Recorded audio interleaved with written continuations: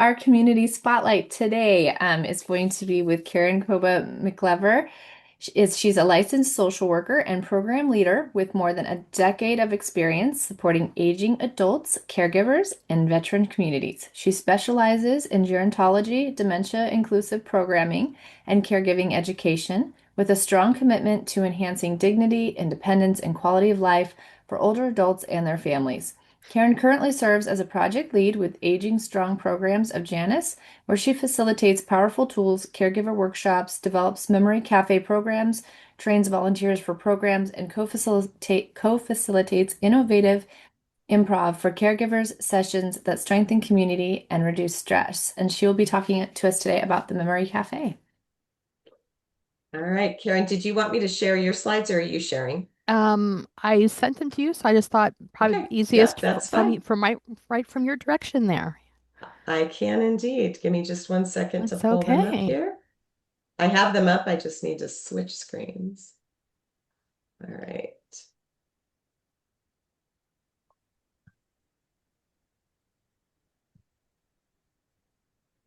I'm having all kinds of technology gremlins today. Oh, hold on. It's going to want to share on the other screen, of course. There we go. There they are. Well, good morning, everyone. Thank you for having me. Once again, I am Karen, and I'll be talking about the Aging Strong Memory Cafes for Idaho. I'm excited to talk with you about Aging Strong programs and specifically about what's going on with our memory cafes. Next slide, Dara. For those of you who are unfamiliar with Aging Strong, we are a group of programs under the nonprofit Jannus and the directorship of Honey Goodman. Here are our programs. I'll just give you a quick overview.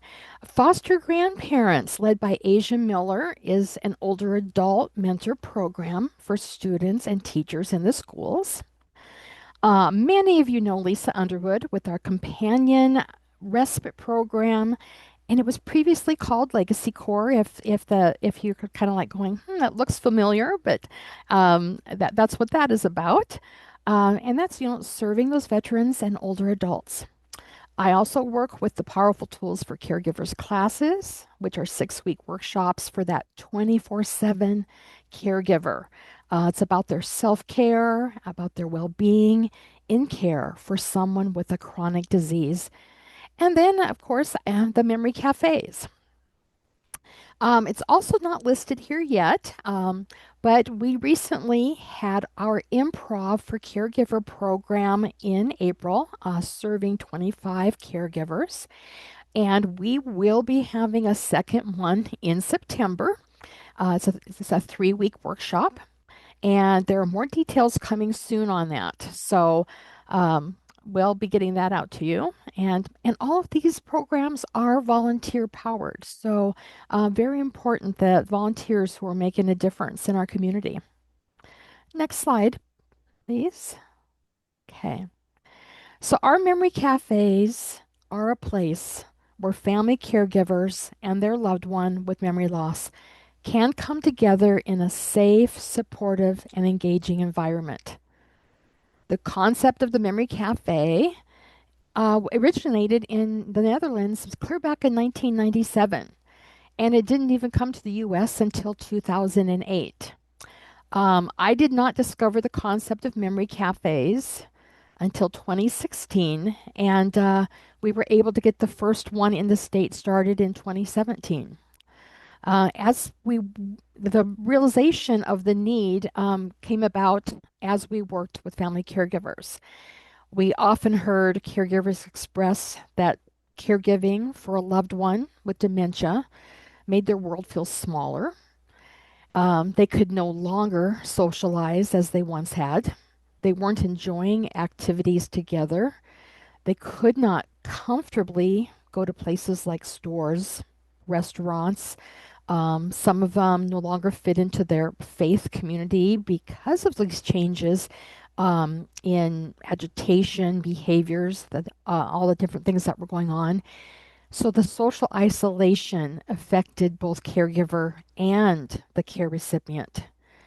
The main comment I kept hearing is, we need a place of our own. So, in learning about the memory cafes, we were able to bring people together who understood one another, could share in this journey of all the similarities they had going on, and it filled that void that they to get past, that they could have that place of their own. Um, and once again, providing that safe, supportive, and engaging space where the family caregiver and their loved one with memory loss could come together to give them that break from the normal routine, time to socialize, learn from monthly topics, take part in activities, and build resources for changing needs. A time for that mutual support, shared stories, laughter, and there's a lot of laughter. It sounds like it could be, a sad connection, but it's not. There's a lot of fun, and the reassurance that they're not alone in this journey. As you can see in some of our pictures, we have the fun games going on, that themes, and it can be party style, all types of things going on like that. A center picture, we build resources of education. Lots of times the caregivers are saying, I need help on what's going to be going on with my next journey, what's going to happen down the path. And we're bringing in people to help them with that direction. And third one picture, we have great community partners that come in, bring in activities and crafts. And this was a real fun one coming from the Idaho Botanical Center, where they brought in a flower um, crafting and bouquet making event. And everybody got to go home with a beautiful little bouquet of flowers. And that was a recent one this summer. So that's been fun. Next slide. So, who benefits? Definitely the person with the cognitive challenges. Those attending with the cognitive challenges are people are diagnosed with dementia. Others may have suffered from, maybe some changes from a debilitating stroke. We have those who come who they're identifying in themselves that they're having cognitive loss. They're recognizing the change, and doctor really hasn't diagnosed them, but they said they just need a better fit for themselves, and they want to be, in a creative space, where they do feel safe. So each are in the Memory Cafe and are accepted. They are offered activities that give them purpose, connection, and joy. Caregivers tell us that the rest of their day is so much better because their loved one responded positively to the activities. So win-win for both. Then we have our caregivers. They are supported by our team of volunteers, as well as getting that support from each other as we come together. They are able to build their relationships right there, with similar stories and support, conversations about each other's resources that maybe they're not finding anywhere else. Our volunteers are also there to support the caregivers and do an amazing job. These volunteers are our amazing lifeblood of being that warm, connecting greeters and facilitators that create possibilities for each family, and at the same time, finding their own purpose as they serve in the community. And then we have our great community partners. Our I have to definitely throw out such great kudos to our therapy dogs and these handlers. They are amazing gift to the group. Uh, they come to us from a couple different dog training organizations, or therapy dog organizations. So these dogs make such a difference in bringing warmth and comfort to the participants. One of my favorite stories, and this happens repeatedly, is about caregivers who struggle, in the morning, getting their loved one into the routine, ready, motivated, and, trying to get to our, memory cafe and hesitate, but yet the care recipient is hesitant to come because they're like, I, the memory cafe, what's the memory cafe? Oh, I don't want to go anywhere.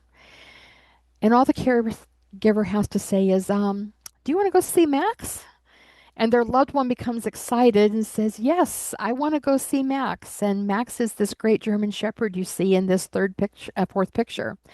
May not remember the last activity or the name Memory Cafe, but they've made a neat, just amazing connection with the dogs and throwing out the name of the dog. They're like, wow, yeah, I want to go see Max. And that turns things around for the caregiver to get out that door and get to join in the activities. Next slide. So more about us. We currently have 15 volunteers with anywhere from 2 to 5 leaders that are working together at our different locations. Many of these leaders have been caregivers or come from home health care type of backgrounds or maybe social work, just various types of healthcare backgrounds. The average commitment is 3 to 5 hours a month, and we have an initial 3 hour training session to prepare them for the different roles that they can come be a part of, as well as we do our monthly little collaborative online. And we meet every quarter for a fun little lunch and learn to continue to grow from one another and grow our planning for what we're doing from month to month. In the past 6 months, we've also had 24 different organizations. Our community partners have come, they've provided speakers. They have provided snacks or activities to our locations, just, making a difference to how broad we can be with what we're offering at the cafes to give these families exactly what they need. We currently have 6 libraries and 6 therapy dogs with handlers. Next slide, please. So currently, our locations are the following libraries: Nampa, Cuna, Mountain Home. In Boise, we're at the Ada Victory Library off of Victory 5 Mile. We're at the Bound Crossing Library, Orchard Park in Meridian.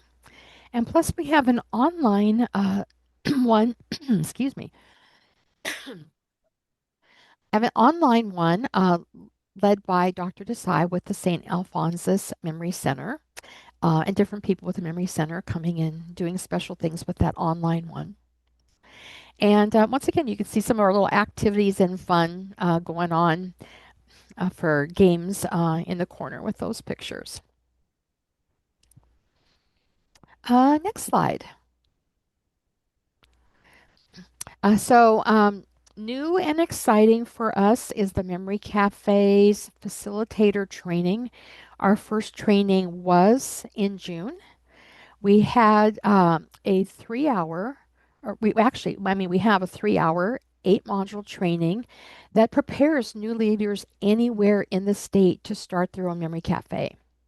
We give them everything they need to get started. With this training, they can build a memory cafe in their community that fits exactly what they recognize the need to be. The first training had 9 attendees from 6 agencies, and we are looking to do another training event in the fall. Next slide. So this slide shows our current locations. Plus, from the training, we anticipate new locations with Star, Crouch, Weiser, Twin Falls, Spirit Lake, and Lapway. And also, in addition, in the month of June, we began what we call an extension of the Memory Cafe. It's called the Transition Cafe.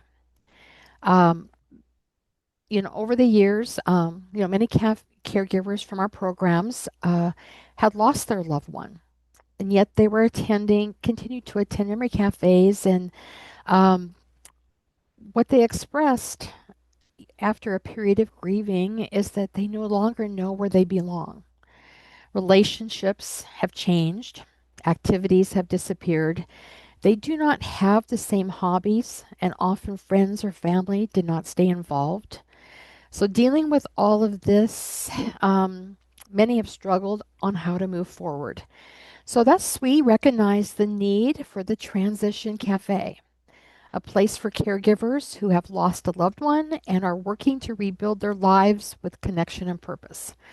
This is the support group with the option to include education as they decide how this group can best meet this next phase in their life.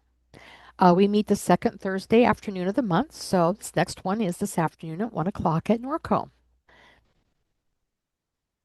Slide 9. I'll quick wrap up. I'm looking at my clock here.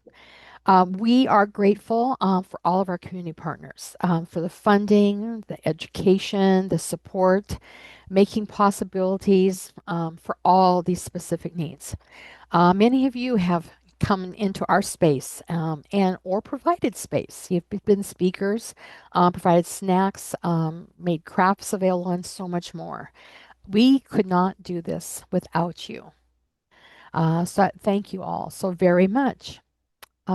Next slide. So yeah, thank you for the opportunity. I mean, we may not have enough time, but if there is any questions, I'm happy to answer them. And of course, you have my contact to know more, learn more, or if you have any people you'd like to refer to the Memory Cafe.